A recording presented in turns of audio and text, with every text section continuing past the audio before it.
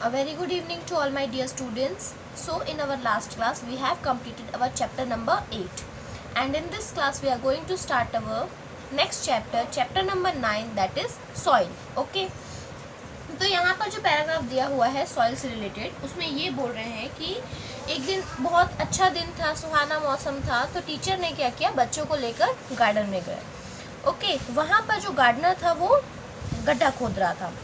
तो बच्चों ने क्यूरियसली, मतलब बहुत ही, मतलब उनको इच्छा हुई देखने की, उनको जानना था कि वो क्या हो रहा है, तो वहाँ पे वो जाके देखने लगे.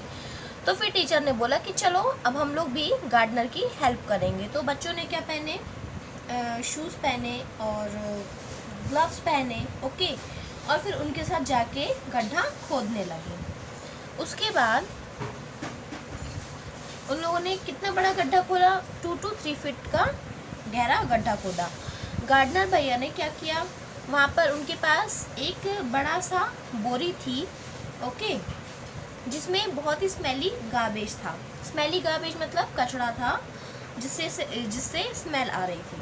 उसके अंदर क्या था, उसके अंदर वेजिटेबल्स थे, फ्रूट्स के पील्स थे, मतलब फ्रूट का जो छिलके होते हैं वो थे, पेपर था. ओके, एंड फ्लावर्स थे. ओके, तो ये सारी चीज़ें थी. तो सबने सोचा कि ये क्या है, और उन्होंने क्या किया, जो गड्ढा खोदा था उसमें ये सारी चीज़ें डाल दी और फिर उसको कवर कर दिया सूखे पत्तियों से और थोड़ी सी सॉइल की लेयर से कवर कर दिया. Okay, I thought what he is doing. तो सबने सोचा कि वो क्या कर रहे हैं. तो फिर उन लोगों ने क्या किया कि उन लोगों ने सोचा कि ये तरीका होता है वेस्ट को डिस्पोज करने का. तो गार्डनर ने कहा कि इससे क्या होगा, सॉइल जो होगा वो हेल्दी हो जाएगा और हम उसमें प्लांट्स को ग्रो कर सकते हैं. ओके, तो आज हम पढ़ने वाले हैं सॉइल्स के बारे में, मिट्टी के बारे में. Okay,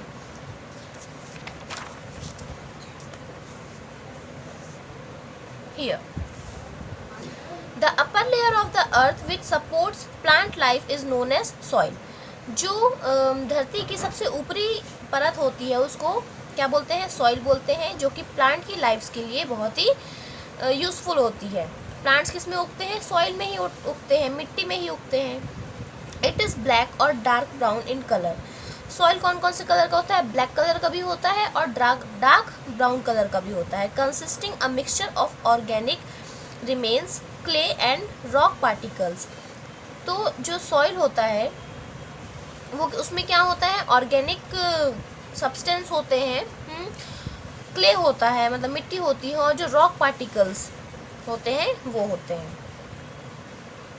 soil is an important natural resource and support life on this planet either directly और इनडायरेक्टली. सॉइल जो है वो इम्पॉर्टेंट नेचुरल रिसोर्स है. ओके, ये लाइफ को सपोर्ट करती है इस प्लैनेट में, एंड चाहे वो इनडायरेक्टली हो या फिर indirectly. Plant grow in soil. पेड़ कहाँ उगते हैं, मिट्टी में उगते हैं. Plant provide us food, fruit, vegetable, serial, pulses etcetera, clothes, cotton and jute, medicine etcetera. Plant जो है वो सॉइल में उगते हैं और प्लांट हमें क्या क्या देते हैं, प्लांट हमें फूड देते हैं, जैसे कि वेजिटेबल देते हैं और फ्रूट्स देते हैं, सीरियल्स देते हैं, पल्सेस देते हैं मतलब दालें देते हैं, है ना. क्लॉथ्स भी देते हैं, क्लॉथ्स कैसे देते हैं, कॉटन देते हैं, जूट देते हैं, और मेडिसिन, बहुत सारी दवाइयाँ भी हमें प्लांट से मिलती हैं. They provide us with oxygen to breathe and consume carbon dioxide. Plants क्या करते हैं, हमको ऑक्सीजन देते हैं जिससे हम सांस ले सकते हैं, और वो क्या कंज्यूम करते हैं, वो एटमॉस्फेयर से कार्बन डाइऑक्साइड को कंज्यूम कर लेते हैं, मतलब ले लेते हैं. In addition forest provide home to various species of wild life and plants. तो जो फॉरेस्ट होता है, फॉरेस्ट वाइल्ड लाइफ मतलब जो जंगली जानवर होते हैं उनके लिए शेल्टर का काम करता है.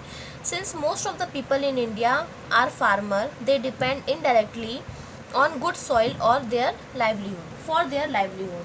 तो जो इंडिया है, हमारे इंडिया में मोस्ट ऑफ द ऑक्यूपेशन कौन सा है, फार्मिंग का है. बहुत से लोग हैं जो वो क्या है, फार्मर है. तो फार्मर किस चीज़ के ऊपर, इनडायरेक्टली अच्छे मिट्टी के ऊपर डिपेंड रहते हैं. ओके, अपने जीवन को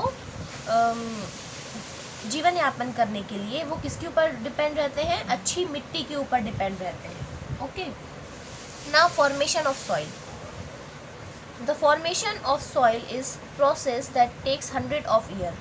मिट्टी बनने में आप लोगों को पता है हज़ारों साल लग जाते हैं, कई 100 साल लगते हैं। Okay, the factors that help the formation of soil are. अब सॉइल बनने में किन किन चीज़ों की हेल्प लगती है, मतलब कौन कौन सी ऐसी चीज़ें हैं जो मिलकर क्या बनती है? सॉइल बनती है। Water. When water in the form of rain or rainfall or a river moves down the slope of the mountain or hills, it carried the small rocks and pebbles. क्या होता है जब पानी बारिश के रूप में, वाटरफॉल के रूप में या रिवर के रूप में ऊपर से नीचे गिरता है ना, माउंटेन से, हिल से जब नीचे गिरता है तो वो अपने साथ क्या लेकर आते हैं? वो अपने साथ छोटे पत्थर लेकर आते हैं, है ना, रॉक्स लेकर आते हैं, पेबल्स लेकर आते हैं। Okay, in the process of bringing them down the slope the water break this rocks into finer particles that eventually settle in the plains. जब इस प्रोसेस में जब पानी अपने साथ रॉक्स को नीचे लेकर आता है तो वो नीचे लाते लाते उनको छोटे छोटे टुकड़ों में तोड़ देता है। ओके, जिससे वो क्या होते हैं? आके प्लेन्स में सेटल हो जाते हैं। This particles keep on accumulating to form soil. ये जो पार्टिकल्स होते हैं, है ना, इनके हेल्प से क्या बनता है? सॉइल बनना शुरू होता है। Climate. Extreme climatic variation break down rock into pebbles gradually change into soil. Climatic condition भी ऐसी होती है जिससे कि जो रॉक्स होते हैं उनको पेबल्स में टूट जाते हैं। ओके, जिससे कि क्या बनता है? सॉइल बनता है। The breaking down of the rocks due to exposure of earth atmosphere is known as weathering. क्या होता है? तो कहने का मतलब ये है कि जब अर्थ के एटमॉस्फेयर में आकर कोई भी चट्टान, रॉक मतलब चट्टान, कोई भी चट्टान टूटती है तो उसको क्या बोलते हैं? वेदरिंग बोलते हैं। Okay, now plants. The roots of various plant penetrates into cracks and crevices of rock, breaking them into smaller and fine pebbles which eventually change into soil. बहुत से प्लांट्स की जो जड़ें होती हैं वो क्या करती हैं? रॉक्स के, चट्टानों के दरारों में घुसकर ओके उनको छोटे टुकड़ों में तोड़ देती है, जिससे कि सॉइल बनता है। तो सॉइल किससे बनता है? रॉक के टूटने से, रॉक के जब छोटे छोटे टुकड़े हो जाते हैं तो उनसे क्या बनता है? सॉइल बनता है, मिट्टी बनती है। पहली चीज़ तो वाटर से, जो नदी के साथ बह कर आते हैं और छोटे छोटे टुकड़ों में टूट जाते हैं, प्लेन पर सेटल हो जाते हैं, उससे सॉइल बनता है। देन क्लाइमेट से, जब अर्थ के एटमॉस्फेयर के कारण चट्टानें टूटती हैं तो क्या होता है? सॉइल बनता है। और फिर प्लांट से, जब प्लांट की जड़ें बड़ी बड़ी चट्टानों के क्रैक्स में, है ना, दरारों में घुस कर उन्हें तोड़ देती है छोटे छोटे टुकड़ों में, तो क्या बनता है? सॉइल बनता है। नाउ टाइप्स ऑफ सॉइल, कि मिट्टी कितने प्रकार की होती है। There are 6 types of soil found in India. India में कितने टाइप का मिट्टी पाई जाती है? 6 प्रकार की मिट्टी पाई जाती है। This support the cultivation of different type of crop. ये क्या करते हैं? अलग अलग प्रकार के क्रॉप, मतलब अलग अलग प्रकार के फसल को उगाने के लिए क्या होते हैं? हेल्पफुल होते हैं। Let's read about them. चलो अब हम लोग उनके बारे में पढ़ेंगे। एलुवियल सॉइल, सबसे पहला है alluvial soil. The river of the northern mountains bring them large quantity of silt and alluvium which get deposit on the bank of the river and the area around them. This form the alluvial soil. Alluvial soil is rich in mineral and hence very fertile. Alluvial soil is also found in the delta of the rivers of the Deccan Plateau. It is ideal for growing crops such as wheat, rice, maize, oilseed, jute, tobacco, etc. Alluvial soil जो है वो कहाँ से आता है, northern mountain से आता है। ओके, जिसमें क्या रहता है, सिल्ट रहता है, मतलब वही जो मैंने अभी आप लोगों को बताया कि छोटे छोटे टुकड़े होते हैं रॉक्स के, और एलुवियम होता है। ओके,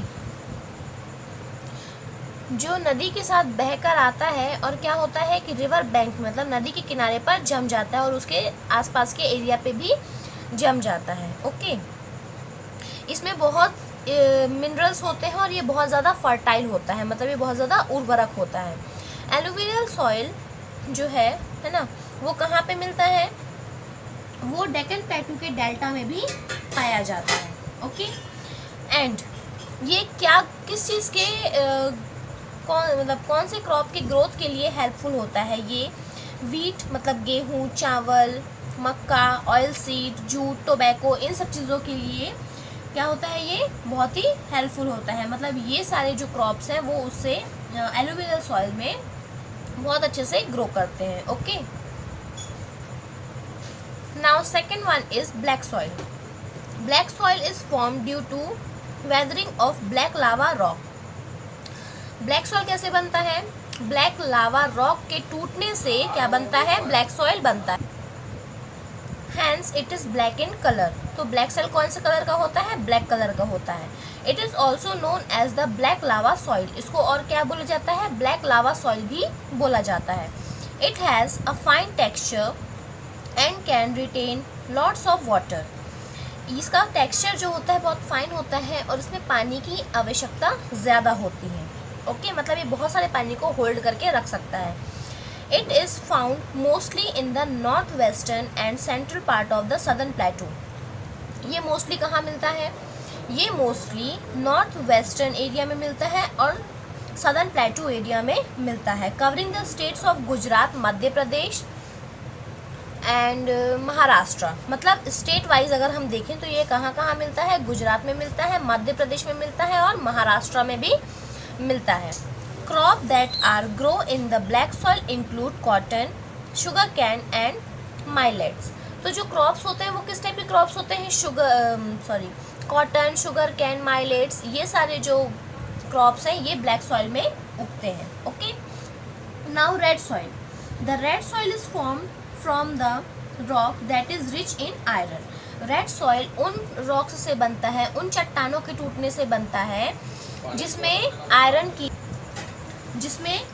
आयरन भरपूर मात्रा में होता है। मतलब ऐसी मिट्टी जिसमें आयरन होता है, तो ऐसी चट्टानें जिसमें आयरन होता है उससे क्या बनता है, रेड सॉइल बनता है। Red soil is red in colour. Red soil red colour का होता है। It is not as fertile but can make fertility by adding manure and fertiliser. तो जो रेड सॉइल होता है वो इतना फर्टाइल नहीं होता है, मतलब इतना ज़्यादा उर्वरक नहीं होता है, लेकिन उसको उर्वरक बनाया जा सकता है। कैसे बनाया जा सकता है, मैन्योर और फर्टिलाइज़र को डालकर। ओके, माइलेट्स मतलब jowar and bajra, pulses and potatoes can be grow in red soil. तो रेड सॉइल में हम क्या उगा सकते हैं, माइलेट्स, जैसे कि ज्वार, बाजरा, ये हम रेड सॉइल में उगा सकते हैं। पल्सेस मतलब जो दाल होती हैं, अलग अलग प्रकार की दालों को भी रेड सॉइल में उगाया जा सकता है। पोटैटो, आलू को रेड सॉइल में उगाया जा सकता है। Okay,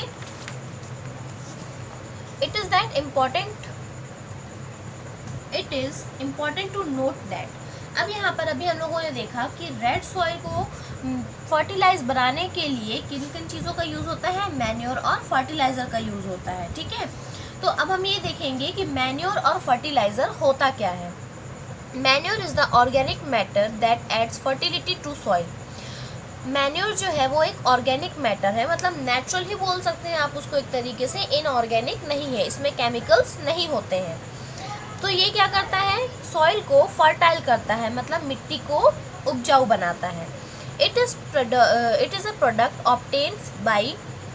obtained after decomposition of organic matter like cow dung, vegetable peels, etc., which replenish essential nutrients and adds humus to the soil. ये किस चीज़ों से बनता है, इसमें जैसे काउ डंग मतलब जो गाय का गोबर होता है वो, और सब्जियों के छिलके, वो सब डाल देने से क्या होता है कि इससे न्यूट्रिएंट्स निकलते हैं और क्या होता है, जिससे कि ये सॉइल में ह्यूमस मतलब ह्यूमिडिटी को लेकर आता है। Okay, then fertiliser. Fertiliser also add to the fertility to of the soil so that it can be cultivated to grow crop. तो देखो, फर्टिलाइजर भी फर्टिलिटी देता है सॉइल को, जिससे कि क्रॉप को कल्टिवेट किया जा सके। दे डिफर फ्रॉम मैन्योर, ये मैन्योर से अलग होता है। As fertiliser are not organic. Fertiliser, क्योंकि फर्टिलाइजर जो होता है वो नॉन ऑर्गेनिक होता है, मतलब वो ऑर्गेनिक नहीं होता है। They are synthetic and mostly made of chemical. जो फर्टिलाइजर होता है वो केमिकल से बनता है, और जो मैन्योर होता है वो नेचुरल चीज़ों से बनता है। Then laterite soil. Laterite soil is found in the western Ghat and the part of Tamil Nadu that receive heavy rainfall. It develops as a result of leaching. Leaching refers to the loss of nutrients from the soil as a result of heavy rainfall or excessive irrigation. देखो, laterite soil जो होता है वो mostly कहाँ मिलता है, mostly western घाट में मिलता है और तमिलनाडु के कुछ पार्ट में मिलता है। कैसे मिलता है, हैवी रेनफॉल के थ्रू वो आता है। Okay, it develops the result of leaching. ये क्या हो जाता है, इससे लीचिंग होती है। लीचिंग मतलब हैवी रेनफॉल के कारण जब सॉइल में न्यूट्रिएंट्स की कमी हो जाती है ना, या फिर एक्सेसिव इरिगेशन, ज़्यादा इरिगेशन के कारण जब न्यूट्रिएंट्स की कमी हो जाती है तो उसको क्या बोलते हैं, लीचिंग बोलते हैं। Hence laterite soil is not very fertile. जो लैटराइट सॉइल होता है वो ज़्यादा उर्वरक नहीं होता, ज़्यादा उपजाऊ नहीं होता है। However, it is rich in iron and aluminium. Laterite soil में ज़्यादा क्या पाया जाता है, आयरन मिलता है और एल्यूमिनियम मिलता है। It is suitable for growing crops such as tea, coffee, coconut, rubber and spices. जो लैटराइट सॉइल होता है वो क्या ग्रो करने के लिए हेल्पफुल होता है, क्या ग्रो करने के लिए सुटेबल होता है, tea, coffee, coconut, rubber and spices. तो हम लोगों ने हमेशा देखा है ना कि उस साइड पर, मतलब साउथ साइड में मोस्टली हमको क्या क्या मिलता है, टी, कॉफ़ी, कोकोनट, रबर और स्पाइसेस, ये सब वहीं पर उगाई जाती है। Okay, now mountain soil. Mountain soil क्या होता है, mountain soil is very fertile because of the presence of humus. Humus is the brown और black organic matter consisting of partially or wholly decayed vegetable or animal matter that provide nutrients for plants and increase the ability of the soil to retain water. Mountain soil मतलब पहाड़ों पर जो soil presence होता है ना, पहाड़ों में जो सॉइल होता है उसमें बहुत ह्यूमस होता है। ह्यूमस क्या है, ह्यूमस ब्लैक और ब्राउन ऑर्गेनिक मैटर है, ठीक है, जिसमें पार्शियली मतलब थोड़ा बहुत या फिर पूरी तरीके से क्या रहता है, डिकेड वेजिटेबल मतलब सड़ी हुई सब्जियां, और एनिमल मैटर मतलब जो एनिमल्स का जो वेस्ट प्रोडक्ट रहता है वो रहता है, जो कि सॉइल को क्या प्रोवाइड करता है, न्यूट्रिएंट्स प्रोवाइड करता है, और उसकी जो पानी को पकड़े रखने की जो क्षमता होती है उसको भी बढ़ा देता है। Mountain soil is found at lower altitude of northern mountains. Mountain soil mostly कहाँ मिलता है, नॉर्दर्न माउंटेन्स के आसपास पे मिलता है। The Terai region and the northern eastern part of India. कौन से रीजन में, तराई रीजन पे और northern west eastern part of India में मिलता है। Mountain soil is ideal for growing fruits such as apple, peaches, apricot, plum and pear. तो जो ये सॉइल है, माउंटेन सॉइल है, ये मोस्टली किन चीज़ों को मतलब कौन से क्या क्या चीज़ों को ग्रो करने के लिए सूटेबल है। तो जो देखो वो एप्पल फ्रूट्स को ग्रो करने के लिए बहुत सूटेबल है ना। तो क्या क्या ग्रो होता है, apple, peaches, apricot, plum and pear, ये सारी चीज़ें क्या होती है, ये सारी चीज़ें वहाँ पर ग्रो होती हैं। T and coffee can also grown in this soil, और जो चाय और कॉफ़ी होती है वो भी इस सॉइल में ग्रो की जा सकती हैं। Now soil erosion. Soil erosion क्या होता है? अभी तो हमने सॉइल के टाइप्स के बारे में पढ़ लिया। सॉइल इरोशन जो है वो सॉइल का टाइप नहीं है। Soil erosion, the uppermost layer of soil known as the topsoil. It is most fertile layer. This is because it is rich in humus, mineral and nutrients required by the plant to grow. Soil erosion is defined as washing or blowing away the top layer of the topsoil by water or wind.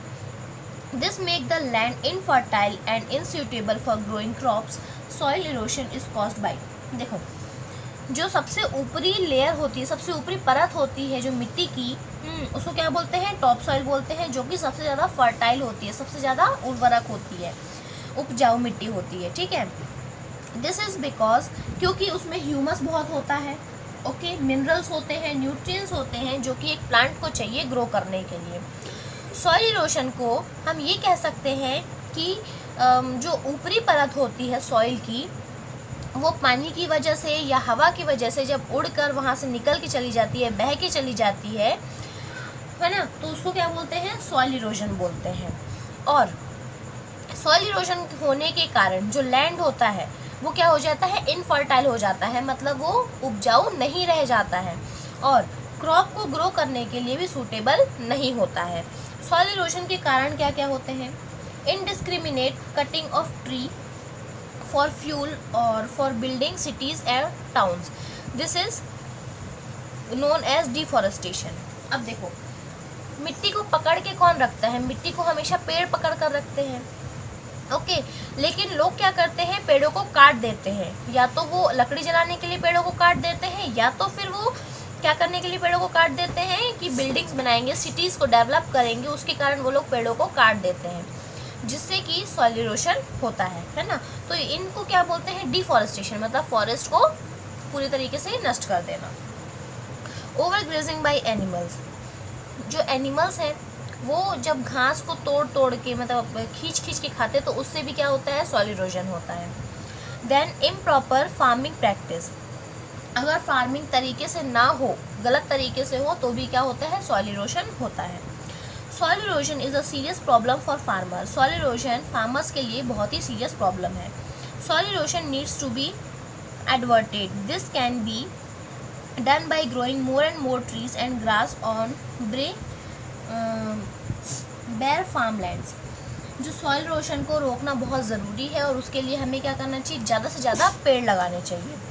The roots of the plants bind the soil together and prevent the soil from being Erode.